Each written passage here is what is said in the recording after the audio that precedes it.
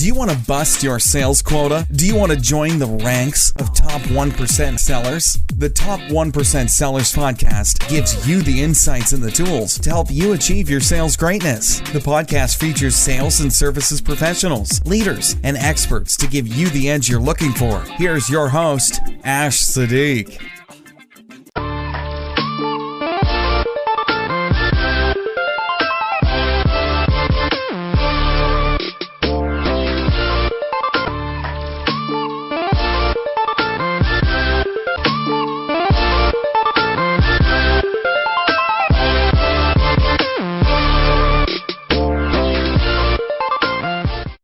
And in fact, it's an exceptional skill. And it's obviously a very profitable one if you put all the pieces around it like Howard Schultz did. So just keep that in mind. And so as we talk about learning your language, what I do with workshops, I'm going to shorten it for today, but you can do it later, is I ask this very simple question to the audience, which is, do you know what you're exceptionally good at that makes you money? And I'm going to tear this sentence apart a bit. Exceptionally good at means you're better at than most people around you. And makes you money, makes your company money. It can be either one. And it's a simple question, but you'll be very surprised by what the data showed me when I asked those 800 households about this. First, this is a moment where you could take that paper, that PDF that Ash shared, or just an ordinary piece of paper and pen, and you could write down your answer to this. You could take 5 minutes, 10 minutes, an hour, and you could write down what it is you're exceptionally good at, really better at than most people around you, that makes you money. And as I said, Ash is going to share kind of directions on how you can do this using that book, The First Habit, that excerpt. But when I asked those 800 households, the first question is, do you know? Can you answer this question? And I got this interesting set of data back, which is that of my middle class survey respondents, just over half were even connected to this question. Okay, they could think about it and they could answer in the affirmative, yes, I do know. And you can obviously tell that as levels of wealth go up, so does the likelihood that they have an easy connection to this question. And as you get to 97% for the ultra high net worth, it becomes very clear. In fact, they think about it all the time. It's right there at their fingertips. Almost every one of them said, I know what I'm exceptional at. And you could just ask yourself right now, do you know what you're exceptional at? That has to do with how you make money. Because for God's sakes, if you don't know what you're exceptional at, that has to do with how you make money, how do you expect to make money? It's absolutely blindingly simple in that when I put it that way. And when I asked them to spend a few minutes writing down all the things they think they're exceptional at, I got a very surprising response from my 800 households, which is that of the 55% of middle class people who said they knew, they wrote down on average 6 things. And you can plainly see that as the net worth of the people I surveyed goes up, the number of skills that they think they're exceptional at goes down. So now, say again? They get selective and focus more on the ones that are really strength areas for them. You said the key word, Ash, and this is the simplest thing in the world, focus. Focus leads to wealth.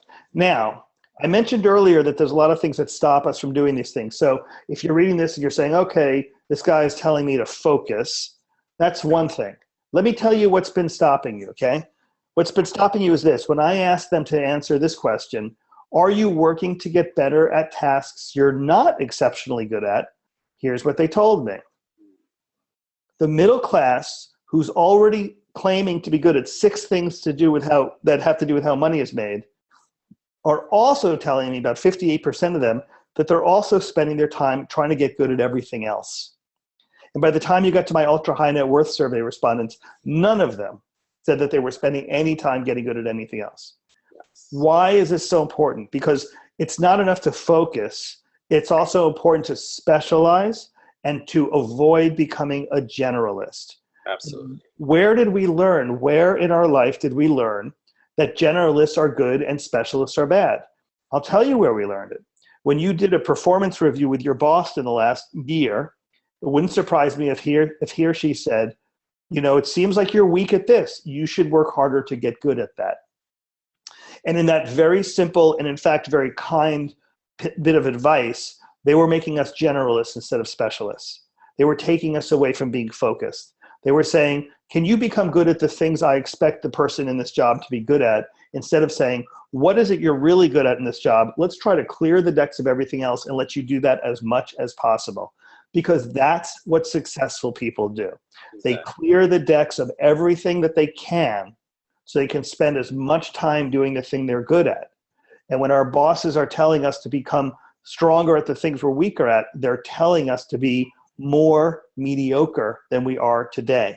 Yeah, that's a very, very critical point, Lewis, you're making, because when we advertised this webinar, we basically told sales professionals that they will be able to take their careers and their sales activities by the horns. And that's really the crux of the matter you're covering now, because I can see them doing this almost every quarter, where they basically sit down and get an inventory of what they are doing and what the team members on the account team are doing, and then really get everybody to focus on what they do so well, so that that account manager is not trying to be the administrative team member on the team, is not trying to manage, the systems engineers, is not trying to manage this, that. He's really focusing on the one thing he does or she does really well, and then being able to really partner up across the account team and across the organization, so that he leverages everybody's strength area and focus area and drive that account win rate higher, cycle time down, wallet share up, and be able to then at the very end of the day really drive more wealth for everybody involved. And that's the practice that billionaires do, people with hundreds of millions of dollars do, people with tens of millions of dollars do. And as you could even see, middle-class millionaires are doing it too. They're not doing it as much as the people with high net worths, but they're doing it. Now, I also like to remind everyone that, the practice of having your boss tell you to work on your weaknesses actually has a precedent in your own childhood, because we all know that we would come home from school with a good grade in, let's say, math and a bad grade in history, and our teachers and our parents would say, "Do you need some help with history?" When they could have said, "Hey, seems like you're good at math. Why don't we focus on math?" That's right. They have been doing this to us for a long time. And it's a time for us to grab back the control of our own agenda and focus, because again, here's the data presented to you right in your face that focusing, in fact, leads to better outcomes. Yes. So that's what learning your language is. Simply put, figure out what you're good at and do more of it and less of everything else. And as simple as that sounds, remember what I shared with you about driving a car differently. As simple as it sounds, it's hard to do, partly because there's a lot of forces arrayed, our bosses and our educations, that sort of say, no, we're supposed to spread ourselves out and become good at a lot of things. And for a lot of people, they think of these people, these are the elders that have the wisdom that we should follow. And it's so, contrarian, unconventional wisdom to really do what you're saying, but that's really where the success is. Exactly. And so now let me move on to habit 2, which is the hardest of all. If you thought learning your language was hard, and I hope you didn't, because it's very straightforward. Yes. Practice persistence is where you have to show a little character and backbone. And to give you an example of character and backbone, I interviewed Hank Paulson, who you probably remember during the horrible time of 2007 and moving into 2008, when the economy was in free fall, and he was our Treasury Secretary. And when I interviewed him, we talked a lot about leadership. And he talked about flexibility in leadership. When in that punishing position he was in, and also as the CEO who took Goldman Sachs public, he learned that his leadership role was to make changes as soon as he saw something wasn't working. To not be beholden to an old idea, even if it was his idea. If it's getting evidence that it's not working, have the flexibility and have the composure to change your path. And so that's what his form of leadership was. And what I'd like to ask those of you, again, this is something you could do on your own, is think about a handful of times when something you put into place wasn't working and what you had to do to pivot, or did you pivot? A lot of us find out things aren't working because we get fired or we get taken off the job. But in fact, this flexible notion of leadership is to see when things aren't working and then make changes as early as you possibly can. So write down the times on a piece of paper at another time where you've had the big failures that have shaped your life, that kind of crashed and burned, so we can be acquainted with them, because we want to make sure that we understand that failure is actually a learning tool. It's not something to be avoided. Yes. So take a look at some of the data here. I asked the 800 household survey respondents, what did you do after a significant career setback? And here's the answers I got, and they were very shocking to me. Mm-hmm. So first, the middle class, I was really surprised to hear that more than half of them, when they experienced something like a career setback, thought that that was a message from above that they should be giving up at this point. Wow. That somehow they shouldn't have tried to begin with. They stuck their neck out of the sand, and they got it chopped off. Very destructive force, and you can easily see how our high net worth and ultra high net worth do not subscribe to this, and our middle class millionaires don't either. So imagine this entire middle class who has this attitude that when they fail, they should give up, and you've got an entire set of very successful people who say that failure is in fact an opportunity to try again in the same field. A totally different answer to the same experience. That's just and very important moment to ask ourselves, what are we doing? What kind of teams are we building? What kind of children are we raising if we think this is the attitude that pervades? And so I asked similar questions, but I asked them slightly differently. I asked them, have failures taught you what you're good at? And again, the middle class don't seem to understand how failure teaches you to be better, because 17% of them do not connect failure to teaching them what they're good at. And here you can see, as levels of wealth go up, you can see that failure is the learning tool. What I often say is, failure is the mentor you've been waiting for. And as we move to the next question, I asked, have you had career moves that have failed? And from 83 to 99%, everyone I surveyed, and I'm sure everyone listening to this today, we've all had career moves that have failed. Of course. And then I asked, do you have associates who've had failures? And this is where I got something that you rarely see in social sciences, which is a kind of a rift in the data that can be explained simply, but is still very troubling. How is it possible that for my middle class survey respondents, 83% of them have experienced failure, but only 19% of them can name somebody in their community who has experienced failure? That doesn't really make sense. It's a difference of 64 percentage points.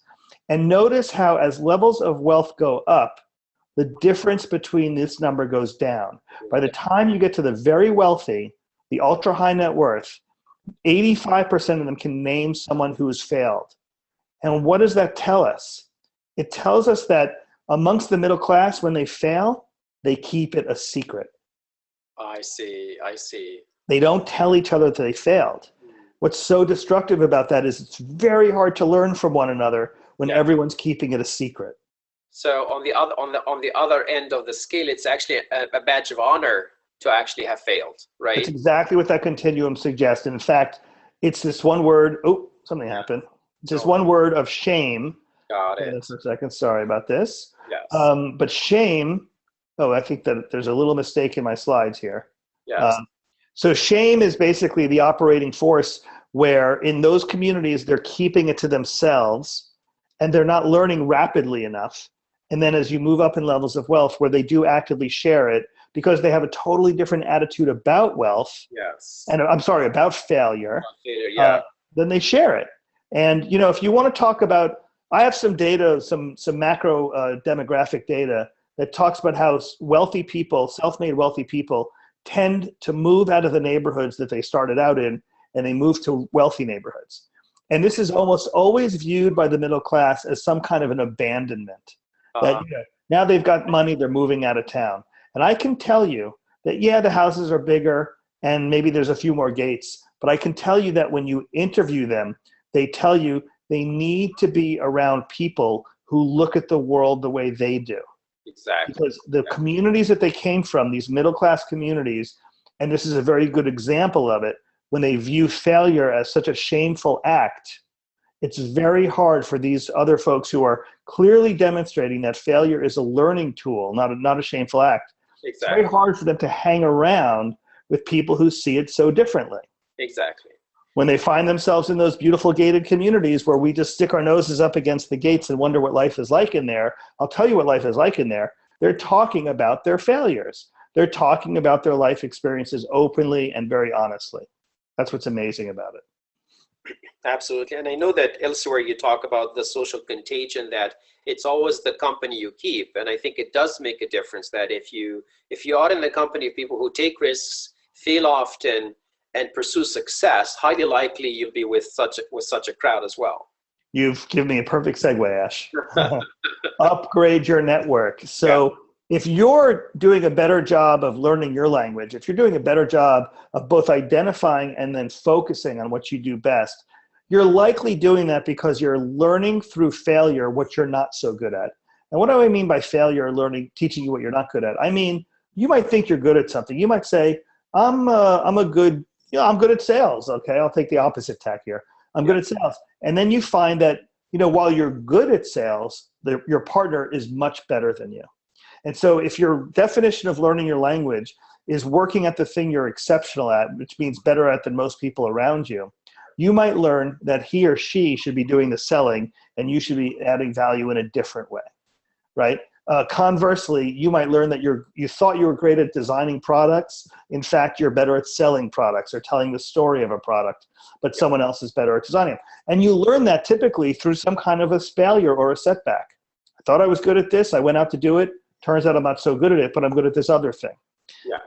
And you have to listen to failure. And so if you are living and learning your language, the first habit, and if you are using failure as a constant refinement tool, then this leads you to the third habit, which is upgrading your network. And when I had a chance to interview Russell Simmons, who's a great entrepreneur, he had this great phrase, which has stuck with me forever, which is good givers are great getters. That if you're going to build a network, you have to be willing to give a lot in order to get a lot back. And I know, Ash, I'm sure you have been around a lot of networks, and I have been too, where people only come into the network when they want something. Yes. And they ask for it, and it's reasonable for them to ask for it. The problem is they haven't been giving the whole time. And so when they make the ask, everyone kind of, they get crickets. They don't get much back. Exactly. Because they haven't been giving. Good givers are great getters. Yeah, you have to cultivate the land before you harvest it. So exactly. People come to me all the time looking for advice on raising funds. I say, I can teach you how to raise money for your business 3 years from now. I can't teach you how to raise it in the next 3 months, because what you have to do for 2.5 years is give and give and give. And then the last 6 months you can ask. Yes. Right. So upgrade your network. So I asked this one question of people, and it's an interesting question. Is it essential to know people who know people? And I wonder for the folks watching this right now, if they're wondering, why is that such an important question? In networking, the most commonly believed strengths of networks of successful people are that they know a lot of people and that they know the right people. And it turns out that those two are not important to self-made millionaires. What's important is knowing people who know people. It's a very different characterization. And in that very simple sentence, I'm going to teach you about a form of networking that explains a tremendous amount of the success of the people that we admire. So again, this is a thinking moment to activate that brain, because what I'd love you to do on your own time is write down the 1, 2, 3, 4, 5, 10 people who make up your inner business network, your go-to people that you seek advice from and you seek, wisdom, and that you share your failures with. Who are those people? Write down their names, know who they are, because we're going to talk about them now. So when I asked this question, is it essential to know people who know people? How many of my respondents said yes? Very obvious data here, right? From the middle class, half of them saying that's important, all the way up to almost all, 96% of the ultra high net worth saying it is essential to know people who know people. What they're telling you is they're debunking the myth that you have to know the right people and you have to know a lot of people. Neither of those are true. What you have to do is know people who know people. And let me just unpack this statement now, because if you've been networking your whole life and you don't know what this means, I understand. But very successful people, without ever being taught this in any kind of a school, both know this and live this. It's the difference between like a branch and a tree. So it's a whole shift. You got it. Yeah. So there's you at the center of your network. This is the fancy term for this is called nodal networking, but you just described it very, very well. Yes. It's you in the center of a network with about 5 people who form up your nodal network. These are 5 people that you really invest in, 5 people that you've gotten to know. Not surprisingly, the 5 people you share your failures with frequently and then ask them for wisdom, and then you invite them to do the same with you. And those 5 people are doing the same thing as you are. They're practicing nodal networking of their own. And those 5 people, or those 25 people, are practicing nodal networking of their own. This is a network of people who know people. That's what it looks like. And it's in full bloom. And if you want to know why the successful people you know are moving to communities with other successful people, it's because without ever knowing the words nodal networking, they are practicing this exact form of networking, which is a full-bloomed network based on nodes.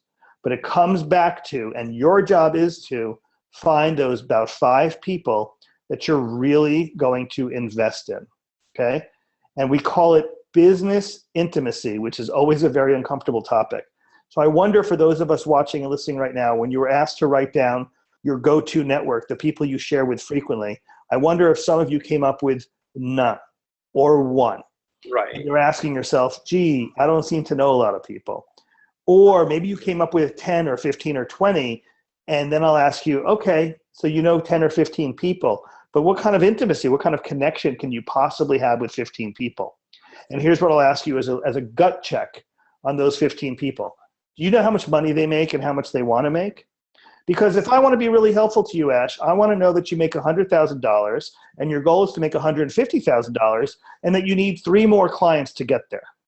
Because then I can be helpful to you. That's a deeper level. Exactly. Yeah. Yeah. Much purposeful. Yeah. And it's purposeful, and you should go to somebody, say, I want to be really connected to you. I want to share the kinds of things that maybe in our community we don't regularly share with each other. Yes. Right? Yeah. These are the kinds of questions that you want to, these are the kinds of levels that express intimacy. A lot of people say, I think in sales, they say, you should know the school they went to. You should know the charities they favor. Yeah. Yes, but that's not intimacy. That's just helping to create rapport. Right, exactly. And that reminds me, because one of the key things we try to do with the Top 1% Sellers Academy is to help sellers who are in the top 20% really join the ranks of the very coveted top 1% sellers. And this reminds me of working in your business versus working on your business. And I think a lot of sellers, day-to-day, pace of work and how heavy they have to keep pursuing their quota, and their account teams, they forget that they have to really get very purposeful around what is the network that we're leveraging now, whether it's within their own company, the customer organization, the partner organization. And I think what you're saying here is you have to, on a regular basis, really take a look at that network and how valuable it is and how much intimate you are with that network. Absolutely. And keep it small. Yeah. Keep it small. Because what we notice are that the question of the size of the network becomes very important. Yes. So there's 2 ways of looking at your network. There's the people in your network that you work with to get things done. So I'll tell you, we've all been around for a while. I can tell you that, how many times when somebody works in, let's say, corporate America, and you say, what do you do? And they'll say something like, I'm a vice president of sales. I've got 15 people reporting to me. Now look at what the ultra high net worth are telling us. They want the fewest number of people reporting to them. Yes. So where in some places we brag about how many people report to us, as levels of wealth go up, it gets smaller, but it gets more intimate. Those people become much more trusted lieutenants, but they have to be fewer of them because true intimacy is very hard to have for 15 people. It just doesn't work. Exactly, yeah. And then you talk about full-on sales. How many people do you network with to get more business? Again, the middle class seem to misunderstand the power of nodal networking. Remember that number 5 I shared with you? Exactly, yeah. It's networking with people who know people. You don't need to have a lot of people in your network. You have to have the right people in your network who know people who practice nodal networking. Yes. And that's that critical number. Absolutely. And I can see for an account manager just listening to this thinking, oh my goodness, usually when I'm running a very large account, there are so many players. And my thought is that he or she would need to divide and conquer and leverage the account team to have their own 2 to 3 very valuable, deep relationships on the account versus the main account manager trying to basically be very good at all of the relationships, right? Right. Because of business intimacy. Because, business intimacy is a tricky thing to get to. There's chemistry, there's alignment. This is like finding a spouse. I mean, this is like finding best friends. It's not easy. But I can tell you for sure that the most successful people I've ever interviewed have a few people that they speak to, sometimes a few times a day. Not occasionally, but a lot. Absolutely.